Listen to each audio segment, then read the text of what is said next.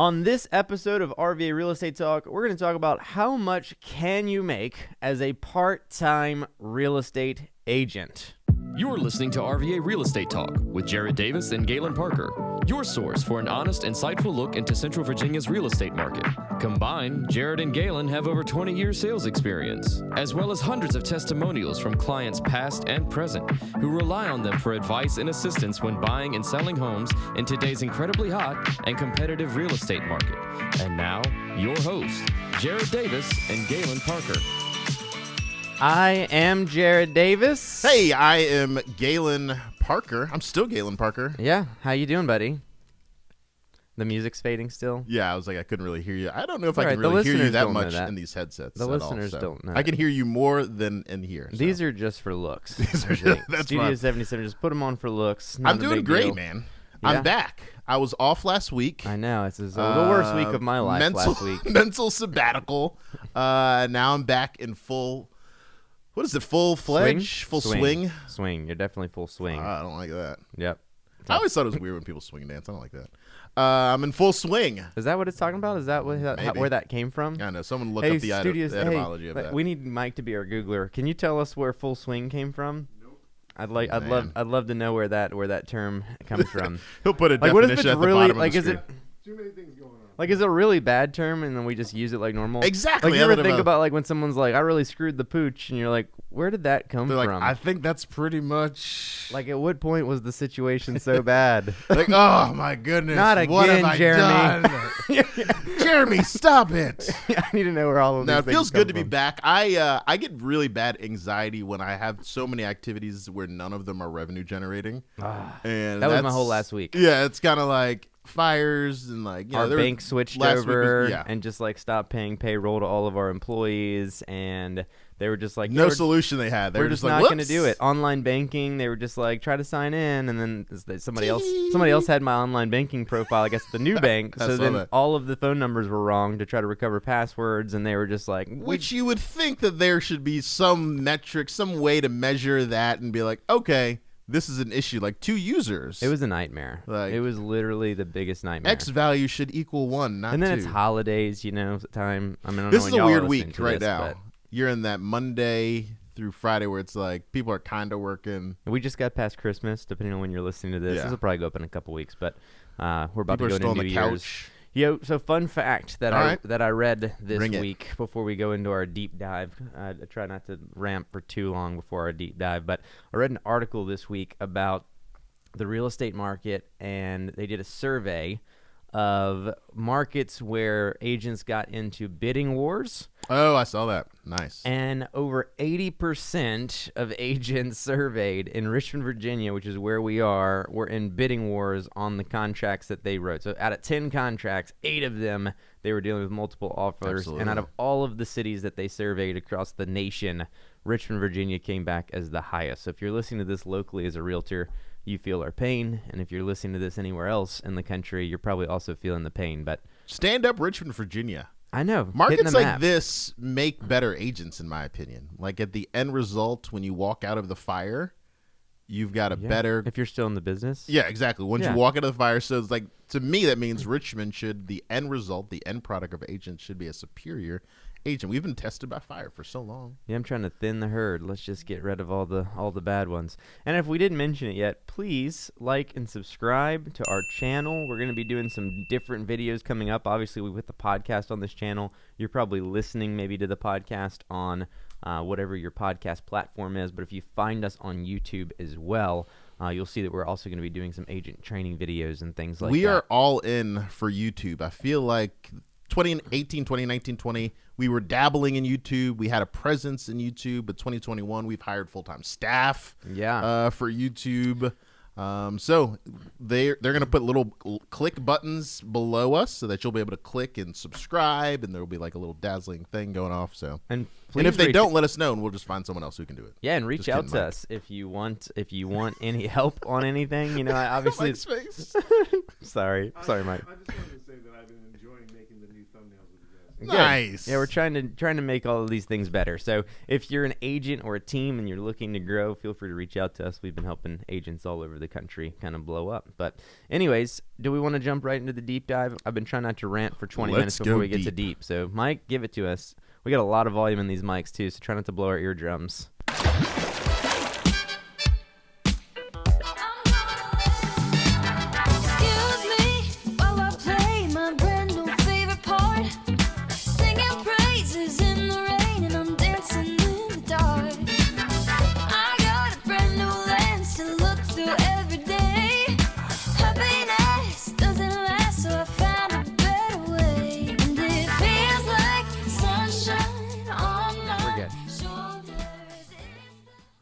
And we're faded. Man, that was long. Man, these things are loud today, but I appreciate it. You know, it's like when you were talking to them, I could not hear a word you were saying. Galen's voice is very loud. You don't hear my voice? No, I can hear you. Oh, good. What's happening? No, I was saying when he was playing the music, he was talking. I was like, I can't hear you. I could just see you holding the mic. All right, listeners, watchers, our topic for today. Ladies and gentlemen. How much money? How much? I was like, are we doing a back and forth? I don't know. So he's just making up words. Here's the thing. We've got a lot of strategery. We got a lot of letters, comments, DMs, mostly DMs. Instagram is very ripe with DMs, with questions that people have. And one of the number ones that we've been getting recently is, how much money can I make as a part-time agent? And that's something that some teams and some agents, they're going to discourage you from. They're going to say, you got to be full-time. And there's a reason for that. But honestly, let's be realistic. We encourage you to be part-time because you're never going to go full-time unless you're part-time. If you have to do one, right? Like if it's all or nothing, then you might as well take your stab at it. Yeah, there's very few people who are like, you know, they're an accountant and then they just went full-time. I mean, that does happen, but a lot of people got to edge their way. Jared, he went part-time first. I went part-time first. Mike went part-time first. I don't know about Mike. I just made that up. But so we're going to talk about some of the factors, some of the things you need to know before you go part-time. I like it. Where do you want to start? So you and I, we sat down last night for more hours than people would have imagined, kind of doing a little bit of research on Mainly this. we were playing video games, but I was going to leave that last part off. Doing research and just pulling on our own personal experience. And we came to the conclusion that the answer is, it depends, right? So, and we're going to talk about why that is, but there's certain factors like I wrote down your city, your drive, and your network. To me, those are three things, and it's like a mushroom. You know, it's going to explode as soon as you touch it. So we're going to look about, why that is. So your city. Why would the city, Jared's like mushroom cloud explosion. Okay, gotcha. Pick up a history book.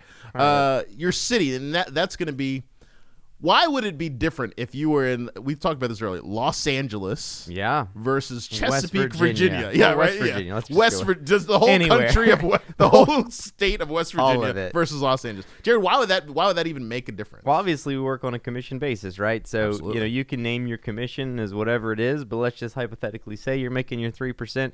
If your average price point is $1 million, then it's nice to know that you're going to make a $30,000 gross commission at least. Nice. On every deal you do, versus if you're in something like West Virginia where maybe your average is $150,000 or $200,000, now your average is only going to be a few $1,000s. Right. So that's giant, so you're already seeing just the production that you have to do. Because, think about it. How much does an average agent sell per year? So, like how many deals, not volume. I would say the average age is between 10 and 12. No, that's not true at all. The average agent? Yeah, it's way less than that. You think it's less? 100% it's less than that. The average full-time agent? 100%. What do you got? The 100%, if you look at all the averages, even just in Richmond. What'd you pull up? Your average deals per agent is like 5 deals an agent. Interesting. That's not what Google said this morning. That's not what Realtor.com said. So maybe what it's doing is it's blending. It's just taking the full-timers at your 10 to 12. We're talking about full-time agers. They're saying full-time agers. Full-time agents, they're saying 10 to 12 transactions a year. That makes sense. And so you really have to look at the numbers and clarify, because when you look at something like the Association of Realtors, at least here in our city, we've got about 6,000 agents. Mm-hmm. I want to say the last time we looked at it, there was like 3,000 or close to 3,000 that hadn't even logged a sale, right? So those are going to average in with all of the people that are, right? Yeah. But there's also full-time agents that aren't selling 10 to 12, and there's full-time agents that are selling like 100. So I do get what you're saying. If you pulled out all the part-timers, then yeah, maybe you're sitting at 10 to 12. I just pulled up this. It's just when you national, run the average across they're agents, talking about national full-time sales. So if you run it across all agents, pretty much, Yeah. it's 5. It's like 5. And then the way I look at it is when we look at agents, on the team, typically most of those guys are going to do 10 to 12 either way. Sorry, my wife's texting me, so I'm pausing. She's dropping. Look at that, ladies and gentlemen. What a good husband that is.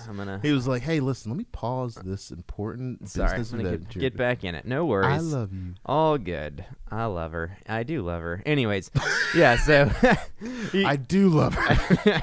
You hear that, Jackie? You listening to this right now, Jack? No, so when we think about the numbers, though, if you look across the board, you're talking about 5. So we're talking about part-timers. Right. So that's the thing. If you're full-time, you're saying 10 to 12. If you're part-time, let's just cut that in half then. That's what they did. And then, so now you're saying 5. So again, if you're in a market that's average price point's $1 million, now you're talking about $5 million in sales or $150,000 in commission, right? Versus if your average price point was $200,000, less than $30,000, right, in gross commission. So that's why the market is very key, depending on it's your where city. you're at. It really depends on what's going on. I looked at some statistics. I thought it was pretty interesting for our city, and I used Realtor.com. There's some other sources, information sources that as realtors we have access to, but for the average person who's at his desk, he's in his office, he's on his lunch break, he's gonna Google it. Pulled up Realtor.com. Said for Richmond, it said the median price for Richmond was $286. Yep. So if you can, as you said, you can name your own commission, but let's just say you're base it off like a 3%. You're the buy side or maybe the sell side. You're 3%. It kind of talked about that after you think about like broker splits and possible team splits, all this stuff. You kind of walk away with like 1.7% of that. Yeah, I mean, commission. So most agents, you think, oh man, that's what is that, $8,500 commission, pretty much about what you're talking about, right? Something in there. And so most people think, oh man, if I was making $8,500 a month, that's great. Absolutely. But he's right. You're gonna walk away with probably about half of that as a standard agent, right? If you were a high producing agent, maybe you've negotiated some good splits. Maybe you went to some kind of discount brokerage because you just didn't need the training or the help or the whatever. So you figure you'll pay them a couple $100 a transaction. Maybe you can keep a little bit more. But on average, if you go to any of the major brokerages, you're probably going to take anywhere from 70 on the high end to 50. I mean, if you're EXP, you're 80. So let's just say low end half to 80% with something like EXP. Yeah, it came out for Richmond. It was like $4,800 off of a 286 sale. And then you still have your overhead, your expenses, your gas to do the deal. Did you pay for real estate photography for the listing, for marketing, signs, lock boxes? And then once all of that's out, whatever you're left with, you still get taxed on, right? Yeah, exactly. So it was like if you got 5 transactions, as you mentioned, it was like $24,000. Yeah. Then you got to take out all your expenses and all the other stuff. So, it kind of like whittles down. It's very city dependent. And so for some people, you really have to make sure that you understand, like if you're like 8,500 times 5, that's great. And it's like, that is great, but that's just not how math works. Well, and again, depending on your market, because if you're in New York City, that's not a lot of money. If you're in City, West Virginia, you're like, great. I'm sorry, West Virginia. In Listen, general, I don't mean to hate on West Virginia. Huntington, West Virginia, you've done me well. You are attached to us. We are in real Virginia. We don't. Oh man, I love that. We're kidding, but seriously, he's right. He's right. I hope so. Do they have the internet? I'll give y'all a good stat because this some stats. This is on entitled us. "How stats. Much Can a Part-Time Real Estate Agent Make?" And so I found a actual survey that was done, and they said that 20 hours or less per week, right? You consider that definitely part-time, right? Absolutely. The half of half of full-time. The average agent was making $24,566 a year. Okay.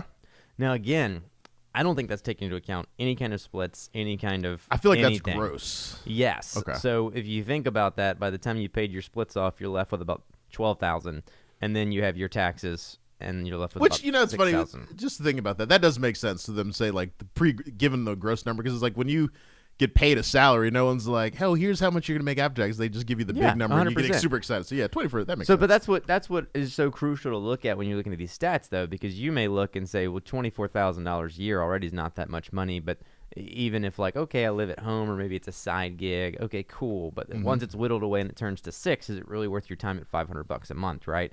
So then you have to figure out, okay, well, am I in a market where, again, the prices are higher so I can beat that average out like we talked about?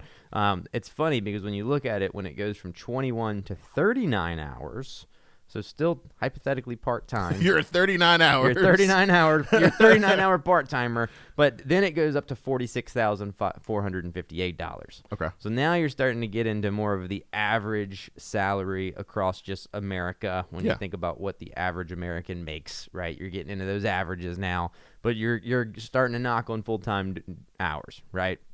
Once you jump to 40 to 50 hours, that goes to 81,300. So it's interesting, from 20 to 40, it doubles. And then from 39, just with that extra 10, we see it double again. Yeah. And then if you really want to work your life away, 51 to 59 hours on average, 99,000, and 60 hours or more, $145,000 on average. So we can see it raise, and these are averages again. So there's agents that are doing part-time that are making 6 figures a year, and there's agents that are working full-time. If you had to guess, how many days a week does the average full-time agent? 7. Yeah, it's 7. Yeah, we work 7 days. I was like, I was looking at some of the facts, and I was just like, I work 7 days a week. So think about where those numbers, look at that graph, and just think about, what does it take for you to do that? And that kind of moves us into, do you have more?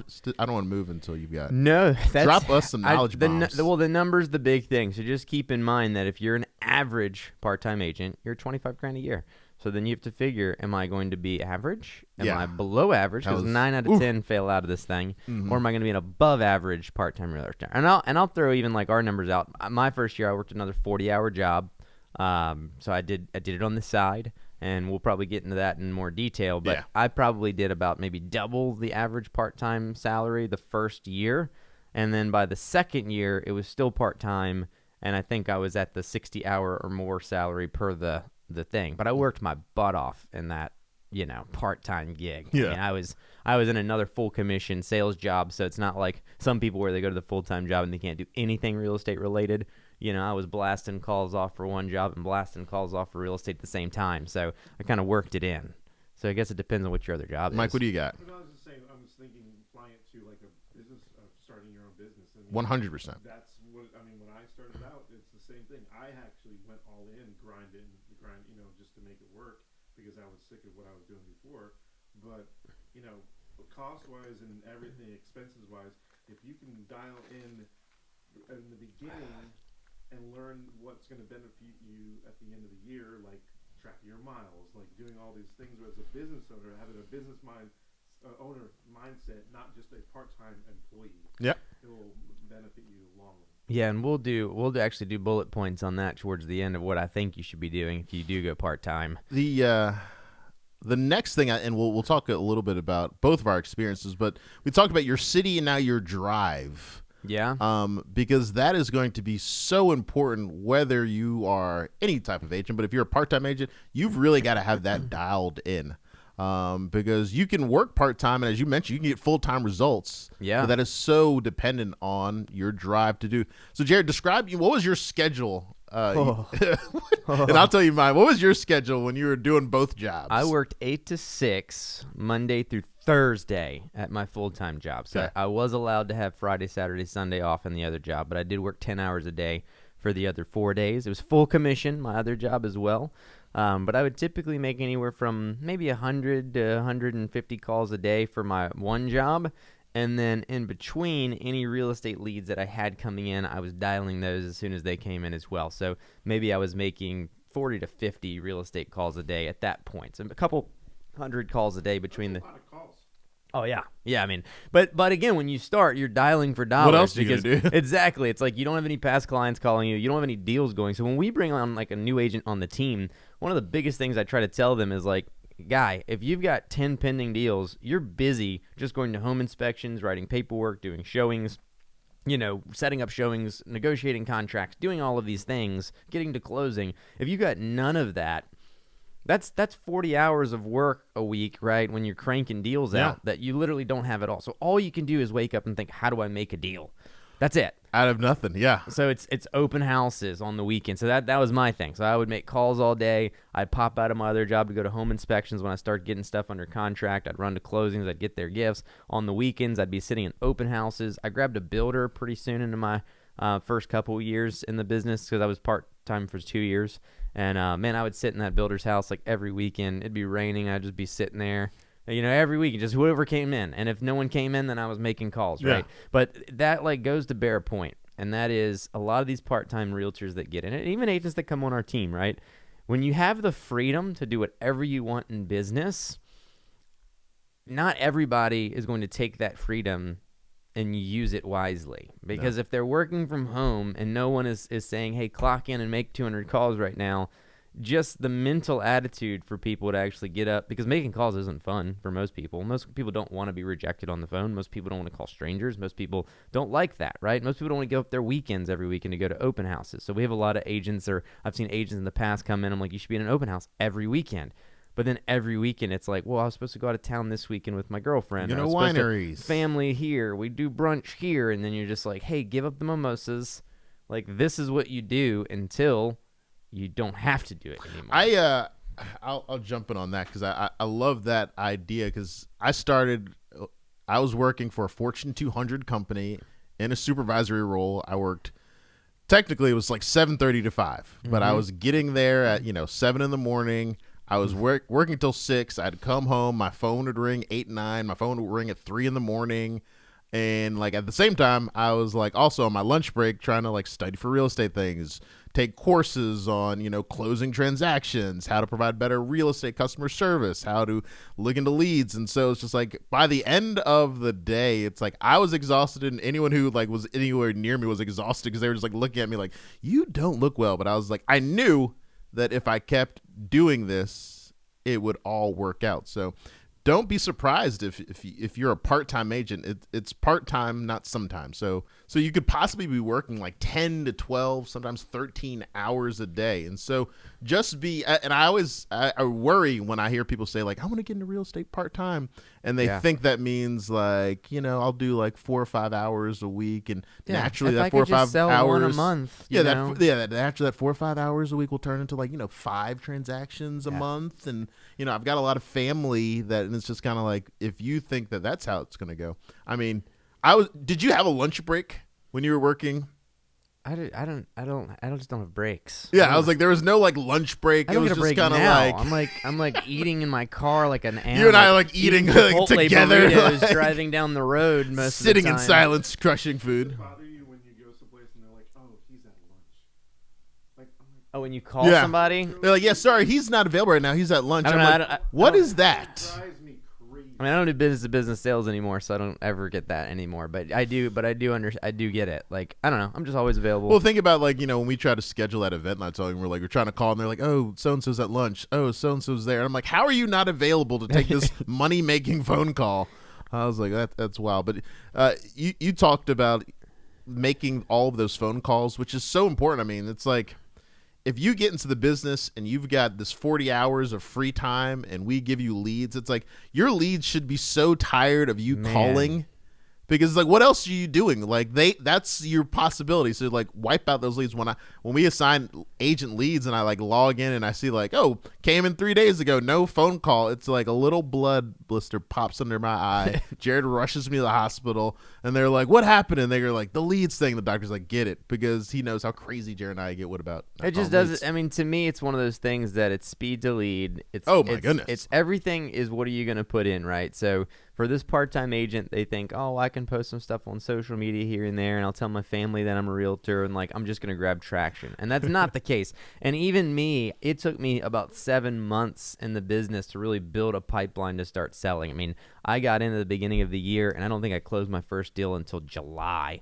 And that, you may be listening to this as a full-time agent or a part-time agent or someone that's already a realtor and thinking, man, I did much better than that. And you could be thinking I did much worse than that. I know some people get traction right away. Most of the agents that come on our team, because we have lead systems and because we have everything to train them, they're getting deals literally their first month and putting stuff under contract and having pretty successful first years in the business. I wasn't on a team. I was just a solo agent trying to figure this thing out by myself while working a full-time job. when it was said and done, I think I did maybe like 46,000 the first year in gross commissions, which was all pretty much July to the end of the year because I did nothing in the first 7 months. And then by the next year, it was almost 150,000 gross while working another full-time job. So it's hard to say, look at this stat at $25,000 a year. It's very depressing almost to look at, but just know, I mean, I did 6 times that the second year in full-time because I worked my butt off at it. So you can 100% make good money, but it is really about what are you doing to drive the business? Are you doing what it takes every day? Part-time work, not sometime work. Yeah, exactly. And so 2 of the things you got to think about is what's your niche going to be, right? You got to figure like if I'm going to get into this, it's not going to be family. unless your dad's a builder or a flipper or somebody that's like, here's all of our business. It's just not, because at the end of the day, some of them won't even refer you business. Some of them aren't going to be buying houses.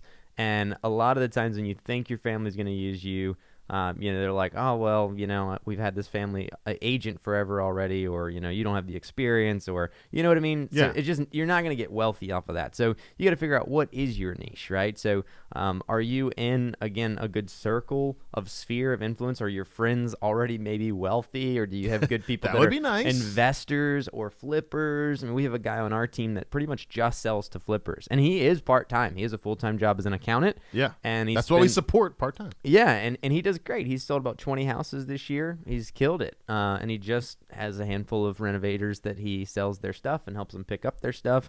So it works, Where's your network? Are you a country club member? Are you, like me, I'm in the Porsche club, so I like to talk to all those guys. Like, what's your sphere? Watches. I like watches, so I'm in a couple watch clubs. Like, where is your friends? Where are you getting this business from your actual sphere? And then what's your niche going to be outside of that? Is it internet leads? Is it open houses? Are you social media mavens? Yeah. I like your thought there about it's not going. I wrote that your network. So I wrote down it's not going to be your family, because like everyone thinks it's like my family, my friends. Naturally, they're going to just hand me business, and I think about when Jared and I do like the client appreciation, when the whole team does a client appreciation party. It's like we've been inviting you out to things. We've been bringing you pies. We've been bringing you dinner, happy hour, and that's how a successful agent. They're bringing you stuff. They're buying your kids Girl Scout cookies, and then you come along. You've done nothing for them other than be a blood relative. And like, hey, here's my very first. Are you going to give me your business? Like the family's like, we are going to support you in other ways. They're like, I really need the money though. Yeah, it's like they're like, we really like you, nephew Jeffrey. Yeah, but we're going to continue to support these people who constantly support us. It's like, how many of your clients have you referred business to their endeavors? Yeah, exactly. That happens to us all the time. It's like, so don't count on your family. And I have friends and family that are insurance agents, that are financial advisors, that are what. It doesn't mean I want them to have my money to advise me financially. It doesn't mean that they run my insurance. It doesn't. I've sent referrals to people that I haven't even used myself. I'm like, yeah, this guy's great. They're like, you use them. I'm like, that's not important, But it's like they're great. I'm like, I don't want them to have my stuff personally, because sometimes that one-on-one, you don't want them to know too much. Yeah. And another thing to think about when I'm thinking about this part-time thing is, what are you doing for your professional development? Right? I mean, what we've noticed, and there's actually a stat that I found, and it said that agents that invest in their professional development opportunities earn nearly $50,000 more than agents who are failing in this area. So what does that mean? Courses, right? In-person conferences. What are you doing as far as reading books, as far as masterminding with other agents, things like that? We've been to 2 conferences for EXP just this year, one down in Dallas, one in Vegas, and both conferences I got something out of, at least one key thing where I came back and said, we've got to restructure this part of our business, or we're not doing this at all, we need to add this in. So if you're not doing anything like that, then you're just kind of on your own floundering. So you really want to be making sure that you're developing, that you're surrounded by other agents that are successful so that they can help you be successful. That's a big thing for us, obviously, especially with EXP. It's been the biggest thing is the proximity to really giant agents that are doing 500, 600 deals a year, $1 billion in sales a year, these mega teams where we can just kind of take pieces of it and incorporate it. So professional development is key. So you think about that 24,000, so some of that money's got to go back to We talk about expenses, but I mean, investing in yourself, plane training tickets, yourself. hotels, books, taking people out to tickets. lunch. It's like, how are you going to get like, and we'll talk about that another day. But it's like, how do you make contact with like a big agent if you're not like offering them something of value for their time? Their time is very valuable. Yeah, and then my last thing, Galen, I think has another point too, but my last thing before I wrap this up is how long you've been doing it. Which, if you're thinking about getting in as part-time, then you've been doing it for 0 days already in 0 years. But it's amazing when you look at, there's another stat that I don't want to steal their stuff and put it up here, but we had a stat as far as how much money people earn in the business, and it says under a year, they don't even put a number on it, which is insane.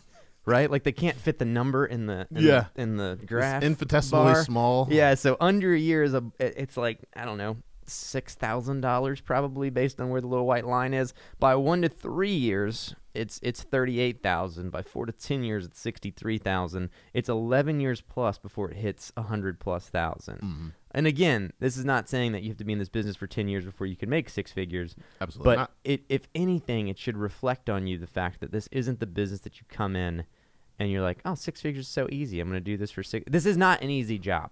So just know that, and just know that with time, it's going to get easier. And even if you decide to remain part-time, if you can get through that first year or two hump and get some traction, that it should get easier. At some point, people should start finally referring you business. You should start having past clients, residual clients. Familiarity of your name. That's it. Yeah. So, I mean, like for us, we did 177 deals this year, I think. We're on track for probably 250 to 300 deals next year.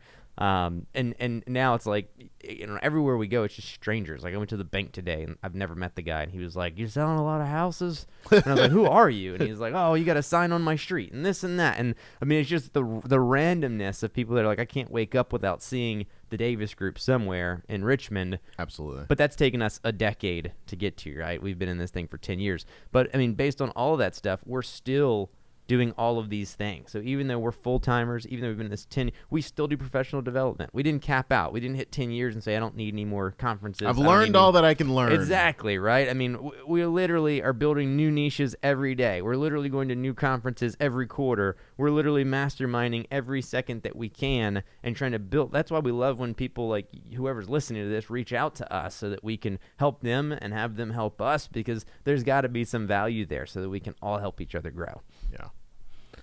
I like that. I mean, the only thing how we talked about network, and I just said surround yourself. Whoever you're working with, your network needs to be comprised of people who are going to support your vision and your goal, whatever that is. Yeah. If you reach out to Jared or myself, we will help you articulate your vision. We will help you put it to paper. We'll help you to see what you can do, but make sure you're supporting. You're with someone who supports you, because there's nothing worse when you're like, I want to do this, and the person's like, you can't do that. That's a terrible idea. It's just like, well. For every no you hear, you need 16 yeses to overcome it in your brain. That's the statistic. Yeah.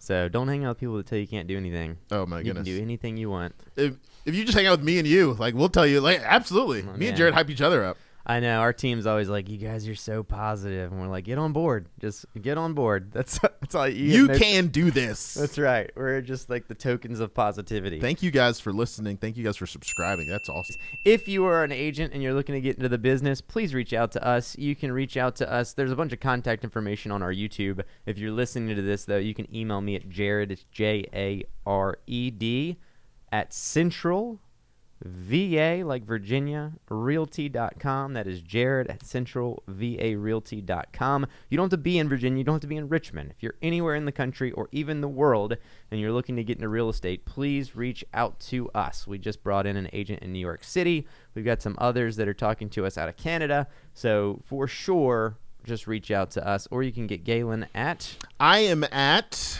Galen at CentralVARealty.com,